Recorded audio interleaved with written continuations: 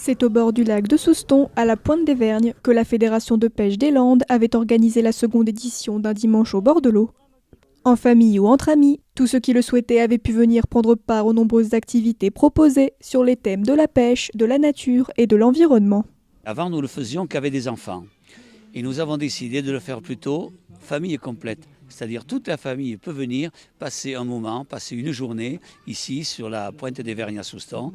Il y a un cadre magnifique et là il faut remercier la ville de Souston de nous prêter ce site. Et il y a beaucoup d'ateliers différents où les parents et les enfants peuvent apprécier la pêche, découvrir la pêche et passer une bonne journée en famille. Dans tous les ateliers, l'idée c'était de faire aux enfants le produit. Les carpisses, on fait les bouillettes et les enfants participent. Après, vous avez un autre atelier où on fait des mouches. Donc les enfants voient la confection des mouches pour la pêche et pourront repartir avec une mouche qu'ils auront confectionnée.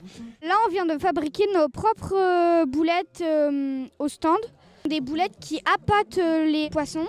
Alors, on met un œuf, après on mélange et ensuite on rajoute les colorants, tout ce qu'il faut.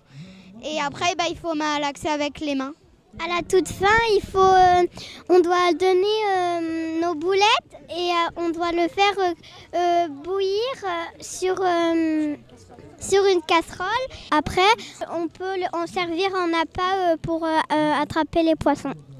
C'est une jolie journée et là, plein d'activités à faire. C'est cool et là, on a un beau lac, on a une belle vue et voilà. Il y a un petit jeu qui est organisé. On a une fiche, on doit parcourir les stands et au bout de 4 tampons, on reçoit une surprise quand on reviendra à l'accueil. Je crois que c'est une canne à pêche. Thème phare de la journée, la pêche était présente sur de nombreux stands, le but étant de présenter son évolution au fil des années et ses différentes techniques. Les jeunes aujourd'hui sont peut-être plus enclins à une pêche moderne.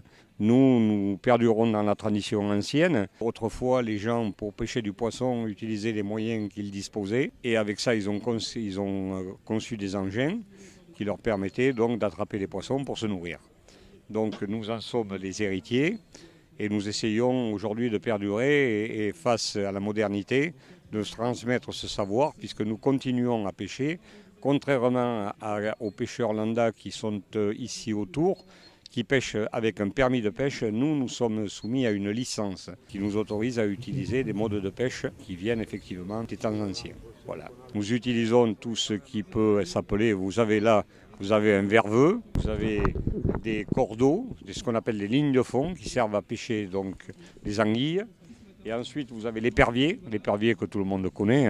Vous avez des corbeilles à poissons qui sont très anciennes également. Et vous avez plus loin là-bas ce qu'on appelle le tube. Et alors on l'appelle le tube parce que quand on met cet engin dans l'eau, il fait tube. Donc autrement son terme propre, ça serait plutôt carrelé que tube. Mais tube étant le bruit qu'il produit quand il tombe dans l'eau.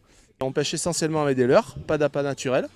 En fait, donc c'est ce qu'on appelle les pêches modernes. Donc on utilise toute une gamme de leurres différentes. Et en même temps, il y a aussi du matériel comme les cannes ou les moulinets qui sont différents aussi. C'est-à-dire qu'on a des cannes classiques au lancer et on a les cannes casting qui sont des cannes avec un moulinet, les anneaux sur le dessus en fait. On est là aussi pour sensibiliser sur le black bass. C'est un poisson qui est en pleine reproduction en ce moment et donc on essaie de sensibiliser les pêcheurs, que ce soit les jeunes ou les moins jeunes d'ailleurs, au fait qu'il faut éviter de le pêcher durant cette période parce que ça a quand même une grosse incidence sur les populations. Une journée très conviviale qui aura attiré près de 1400 visiteurs. Fière de son succès, la fédération compte réitérer sa manifestation tous les 2 ans.